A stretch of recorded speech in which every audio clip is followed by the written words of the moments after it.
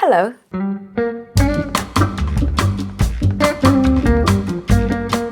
I saw in the news recently that the salary increase in the UK has been pretty stagnated, and overall people receive a negative real pay rise over the past year. And it makes me think about my journey when I moved to the UK, when I was earning a really low salary, and my goal of doubling my salary every 3 years, which I have achieved so far. And when I sit down and actually think about it, I have actually learned a lot of lessons, and I think some of them will be very beneficial for you, especially if you're someone who at the moment is struggling with pay rise, with asking more pay, increasing your salary to catch up with a very high rate of inflation. So yeah, I think this video, although it's going to be a casual, a chatty video, but I think it is going to be a good one. Now, when I first moved to the UK, when I got my first accounting job, I was paid £14,000 a year. Now, it's not a lot, but I was unqualified in a sense. Although I had a degree in finance, I didn't really have a UK specific accounting qualification, and I didn't really have any working experience in accounting or finance neither. So in a way, I was untrained and unqualified. So I think the salary of £14,000 probably makes sense. And bear in mind that when I first moved to the UK, I moved to a city outside of London, the city called Cheltenham. And at the time, I didn't really understand the power of everything that I'll be covering in this video. So you really need to watch until the end to get an understanding of everything, of how I get from 14,000 to 62,000. But that was my starting point. I didn't really live in Cheltenham for long, to be honest. After a couple of months, I decided to move to London. As someone who come from a city myself, I lived in Bangkok for a really long time. I thought London would be a fun city to live in. It would be a good experience. And from there, I was able to go from £14,000 a year to £28,000 a year. So just changing location actually doubled my salary.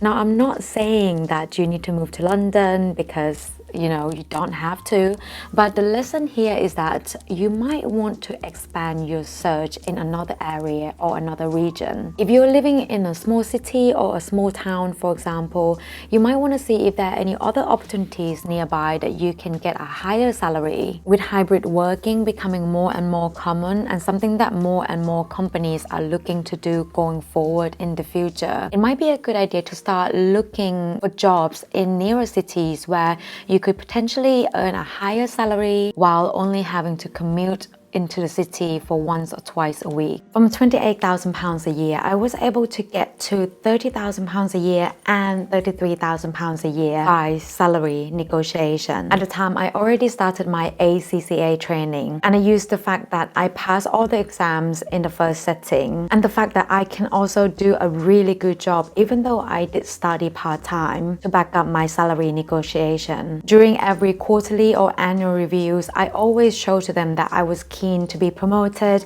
I was always keen to take on more work and to grow with the company and take on more responsibility, to be part of the company, to be part of the culture, to be the one who actually drives the culture. And that really helped with the salary negotiation. Now, I must admit that during this time, I also worked really, really hard. I put all the effort into both work and study. And as you can imagine, sometimes or some days it was difficult. I would arrive at work at 6 o'clock in the morning or 6:30 in the morning to do a few hours of study first, then start working until 6 or 7. So it wasn't really the best time of my life, but the main lesson is there. In order to negotiate your salary effectively, you will need to be able to prove the value that you can provide and make sure that they are always aware of your values. However, if you've done everything that you can, but you still feel like you're being underpaid, then you have to look somewhere else. And this is something that I really want to highlight because not too long ago I read somewhere and it says that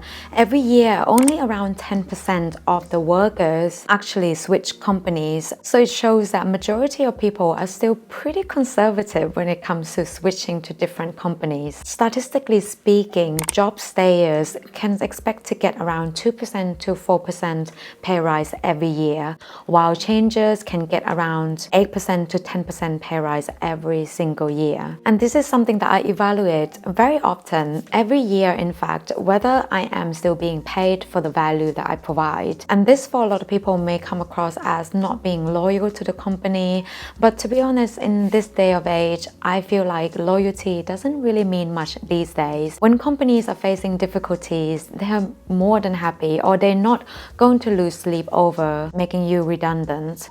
Now from 42k a year, I got promoted and went to 50k a year just by being qualified. So the lesson here is that whichever field your work is in, there are most likely going to be qualifications that is related to that field. So evaluate the market and see if by gaining these qualifications will help you increasing your salary or helping you negotiate more salary, because most times it will. And you know how much I value knowledge and education and qualification, because those are something that will always stay with you. So it's one of the best investments that you can invest in, which is investing in yourself. Now this is the last tip, but it is the most important one, and it's the one that I don't really hear people talk about, and that is to upgrade your job title. Now in whichever job role you're in, whether it be a barista, a receptionist, a marketing manager, there's always going to be a pay ceiling for that job role, right? And once you reach that ceiling, it is going to make salary negotiation very hard. And that's exactly what I did to get from 50k to over 60k,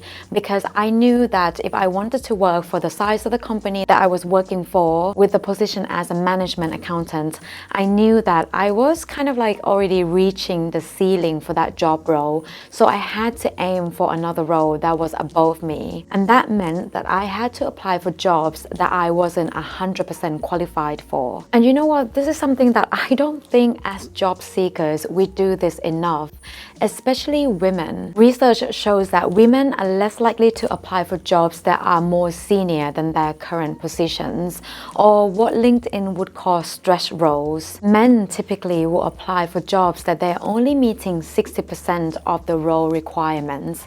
However, women on another side will apply for roles only if they meet 100% of the requirements for the job. So I would really recommend applying for roles that is a little bit more senior than the role that you're currently in. And it could be that when you get considered for the role, you might be paid at the lower range of the role, but that's fine, because that means that there are more room for your salary to grow to the mid-range pay of that role or a higher pay for that role. And that is much easier than trying to push the salary of your previous role, which you already reached the ceiling. Now, what I have recently realized, and I think it's important to point out, is that we all should be operating as a business entity ourselves.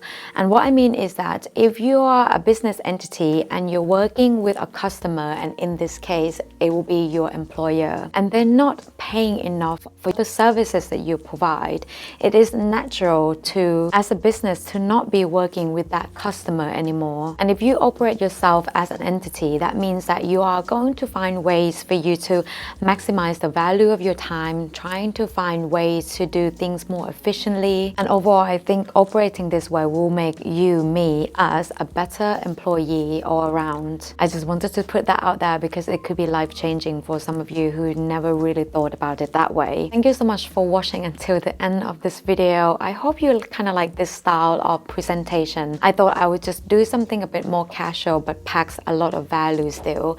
And if you find a lot of value in this video, then please do hit a like and subscribe to this channel. I do look forward to see you in the next video. Now take care of yourself, and hello from Newcastle. Bye.